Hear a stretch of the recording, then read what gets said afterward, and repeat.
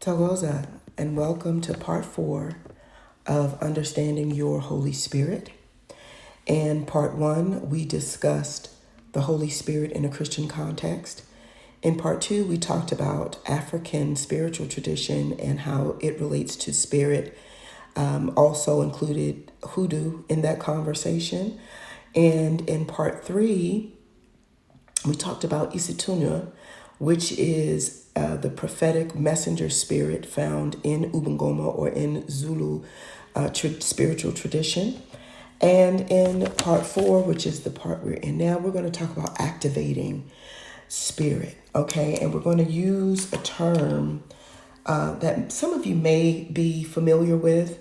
It's called umbelini, like your umbilical cord. And it is similar to kundalini, okay? But that's kundalini is Eastern tradition, umbelini is African, okay? And umbelini in isiZulu, it means the place of the two, where your body and your soul meet, okay? And where your body and your soul meet, what activates your umbelini is your spirit, your divine spirit. It is the primal force that is used to connect us to spiritual realms, to other realms, okay? And it is activated through drumming, primarily through drumming. It is activated through drumming. It is activated through singing, through dancing, through clapping of the hands. But you got to have that drum.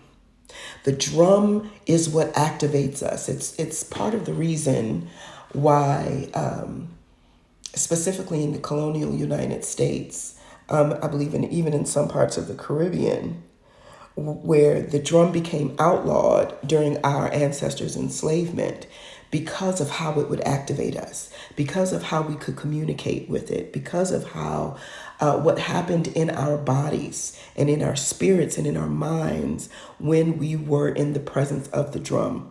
So the drum is what activates your umbelini, it's what activates your spirit, and it is what causes you to be able to transcend this physical realm and move into more transcendental or more etheric spaces where you receive messages from ancestors and angels and guides, okay? And it moves in the body from the base of the spine up to the top of the head, very similar to Kundalini. And it feels, I can tell you from experience, it doesn't feel good when it happens.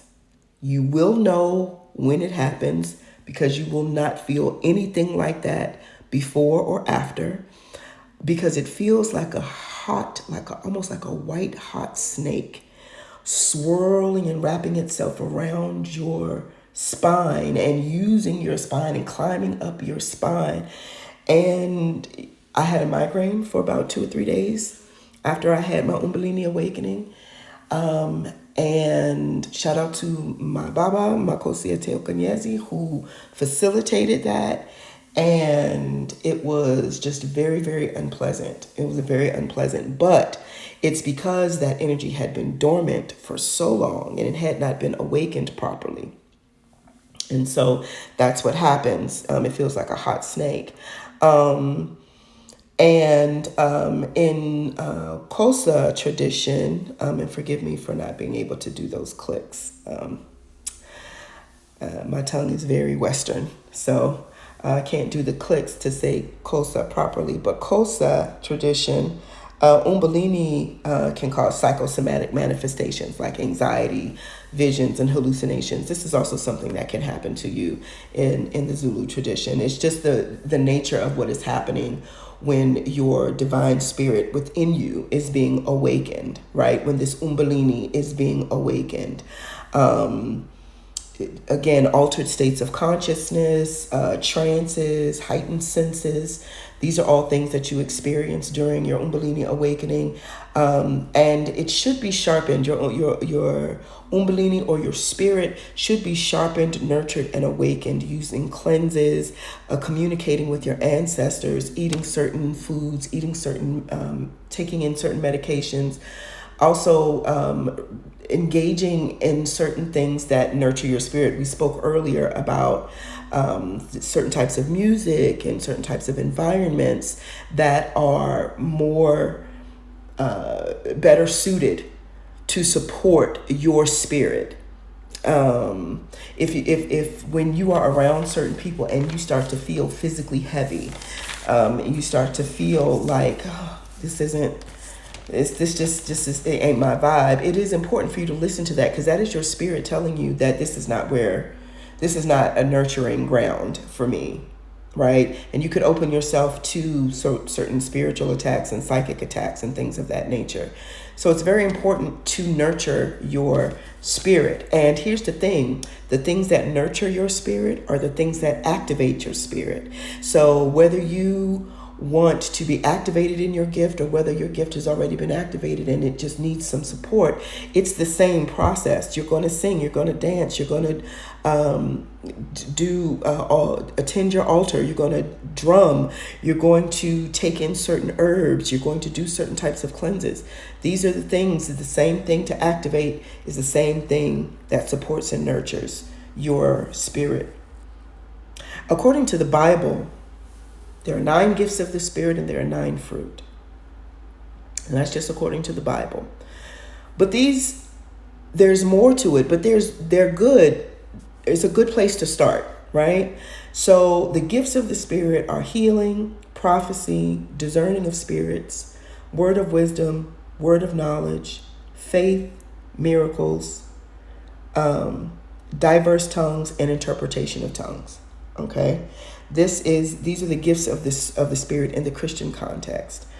When you add in the African spiritual context, these gifts expand into dream interpretation, how you perform on stage, public speaking, intercession, your creative gifts, visions and dreams, laying on hands, casting out sickness and being able to identify sickness, even assisting people in trauma recovery and trauma healing. And all of these different things are gifts that come as a result of your spirit being activated and you seeing and understanding your spirit as holy. There are also 9 fruit of the Spirit: long suffering or patience, temperance or self-control, gentleness and kindness, love, joy, goodness, meekness, and peace. These are the 9 gifts of the Spirit according to the Bible. The 9 fruit of the Spirit, rather, according to the Bible. Now, you know that every seed reproduces after its own kind. So how do I produce this fruit of patience and kindness and gentleness and so on and so forth? These are the things that are a result of you nurturing and sustaining your gift through your lifestyle choices. Okay, going back again to music and environment, conversations, relationships, food, all of these different areas where you have to decide, will I do what's good for me or will I do what feels good? Because a lot of times those aren't the same thing. So it is through nurturing your lifestyle, and a supportive lifestyle is how you begin to blossom into these fruit.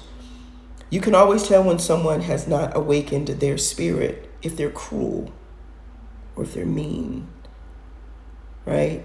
If they have no conscience, if they have no remorse. You not like them and they not like us. Stay tuned.